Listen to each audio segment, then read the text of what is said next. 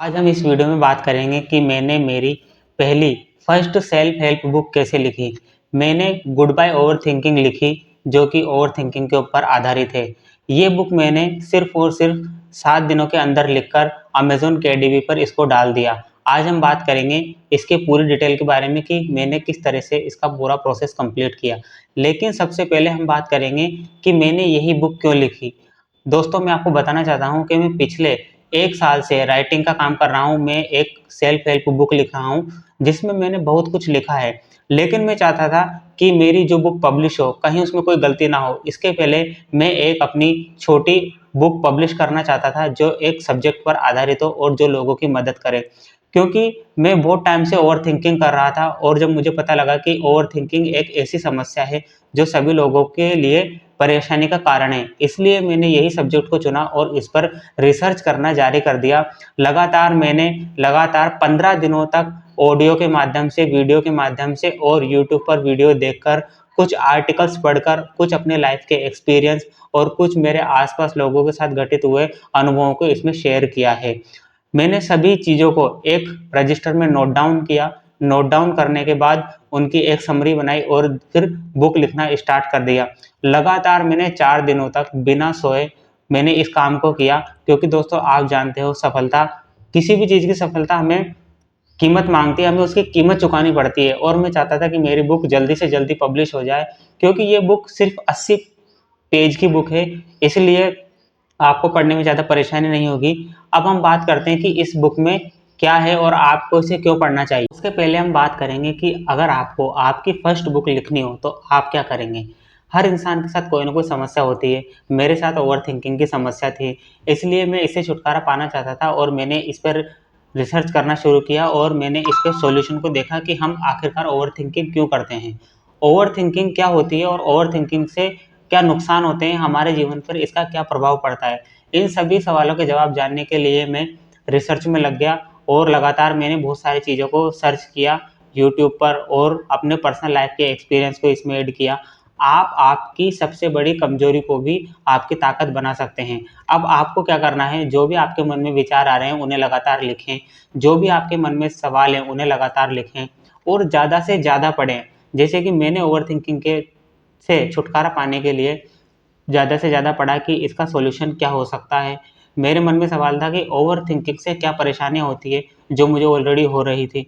तो मैंने उन सब अपने सवालों को एक पेपर पर नोट डाउन किया और ज़्यादा से ज़्यादा मैंने आर्टिकल्स पढ़े जो डॉक्टर्स के द्वारा लिखे हुए थे, और फिर जो भी मुझे अच्छा लगा वो मैंने लिखना शुरू किया और फिर इन सब की मदद से मैं बुक को लिख पाया और फाइनली मैंने अपनी बुक में, अब मैं आपको बताता हूँ कि मैंने इस बुक में क्या-क्या लिखा है। मैंने सबसे पहले लिखा है कि ओवरथिंकिंग क्या होती है। आप सबसे पहले जानोगे कि ओवरथिंकिंग क्या होती है।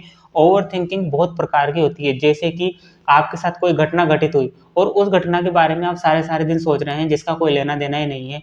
आप उसको बदल नहीं सकते, तब भी आप उसके बारे में अगर सोच रहे हैं, तो आप ओवरथिंकिंग के शिकार हैं। इसी तरीके से अगर कोई एक नकारात्मक विचार, जिसके बारे में आप लगातार सोचते रहते हैं, तो आपकी बॉडी की पूरी एनर्जी डाउन हो जाती है।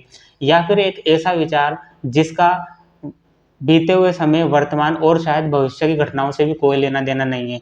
एक ऐसा विचार, वो भी ओवरथिंकिंग का शिकार हो सकता है। इसलिए आप जानेंगे कि मेरी बुक में कि ओवरथिंकिंग क्या होती है। फिर मैंने बताया है कि लोग ओवरथिंकर कैसे बनते हैं। लोगों को पता ही नहीं लगता, धीरे-धीरे वो अपनी हैबिट्स को इस तरीके से डेवलप कर लेते हैं, सोचने की आदत को इस तरीके से डेवलप कर लेते हैं कि उन्हें पता ही नहीं लग पाता कि वो कब ओवरथिंकर बन जाते हैं। तीसरा, मैंने अपनी बुक में बताया है कि रिश्तों पर ओवरथिंकिंग का क्या प्रभाव पड़ता है। अगर आप ज़्यादा ओवरथिंकिंग करते हैं तो आपके सभी रिश्तों पर एक गलत प्रभाव पड़ता है, जो आप मेरी बुक में जानेंगे। और फिर मैंने लिखा है कि ओवरथिंकिंग से आपको क्या हानियाँ हो सकती है, आपके शारीरिक जीवन कैसे खराब हो सकता है।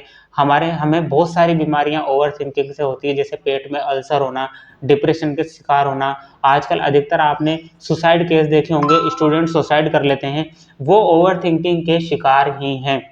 इसलिए आपको पता लगेगा कि मैंने बुक में कितनी सारी चीज़ों को ऐड किया है। और फिर लास्ट में आप जानेंगे कि आप ओवरथिंकिंग से कैसे बच सकते हैं, क्या-क्या उसकी टेक्निक्स है, क्या चीज़ों को आपको जीवन में अपनाना है, किन चीज़ों को छोड़ना है।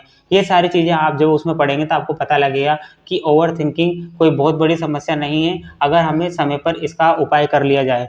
तो दोस्तों, आप मेरी ओवरथिंकिंग बुक को पढ़ सकते हैं। और मैंने बताया कि आपको अगर आपकी फर्स्ट बुक लिखनी हो, बुक चाहे सेल्फ हेल्प हो या फिक्शन हो या नॉन फिक्शन हो, कोई सी भी बुक हो, आप अपने विचारों को लिखें। हर इंसान राइटर बन सकता है, लेकिन हम अपने विचारों पर ध्यान नहीं देते। लगातार हमारे माइंड में विचार आते हैं और हम उन्हें नहीं लिखते और हम भूल जाते हैं। मैं लगातार पिछले 1.5 साल से लगातार लिख रहा हूँ। जो भी मेरे मन में आता है वो मैं लिखता रहता हूँ, लिखता रहता हूँ, लिखता रहता हूँ। फिर जो जो चीज़ें मुझे अच्छी लगती है उनको मैं एक अलग से नोट डाउन कर लेता हूँ कि हाँ, मुझे इन पॉइंट्स पर अब पूरी डिटेल में लिखना है। तो आप भी ऐसे कर सकते हैं। और अगली वीडियो में मैं आपको बताऊंगा कि बुक लिखने के बाद आप किस तरीके से कवर पेज को डिज़ाइन करेंगे, किस तरीके से आप बुक का साइज होगा, क्या आप कौन से सॉफ्टवेयर में बुक को डिज़ाइन करेंगे। क्योंकि दोस्तों, मैं आपको बताना चाहता हूँ, मैंने मेरी जो बुक लिखी है वो मेरी पहली बुक है और मैंने इसका कवर पेज भी खुद ही डिज़ाइन किया। मैंने इस पूरी बुक की एडिटिंग भी खुद ने की, रिव्यू भी हमने किया और अमेज़न KDP पर भी हमने खुद ने ही डाला। इसलिए मुझे एक्सपीरियंस है, मैं आपको बता सकता हूँ कि आप खुद से अपनी बुक को कैसे पब्लिश करवा सकते हैं और बहुत अच्छी चलेगी। उसके बाद मैं आपको बताऊंगा कि कौन से प्लेटफॉर्म्स हैं जिन पर आप अपनी बुक को सेल कर सकते हैं, आप अपनी बुक को कैसे प्रमोट करेंगे। ये सारी चीज़ें मैं आपको अगली वीडियो में बताऊंगा। इस वीडियो में सिर्फ मैं आपको इतना बताना चाहता हूँ कि आप अपने विचारों को लिखें। अगर आपके साथ कोई समस्या है और आप उस समस्या से छुटकारा पाना चाहते हैं तो उसके बारे में रिसर्च करें, उसके क्या नुकसान हैं, क्या हम उसके उपाय कर सकते हैं, इन सब चीज़ों को लिखें।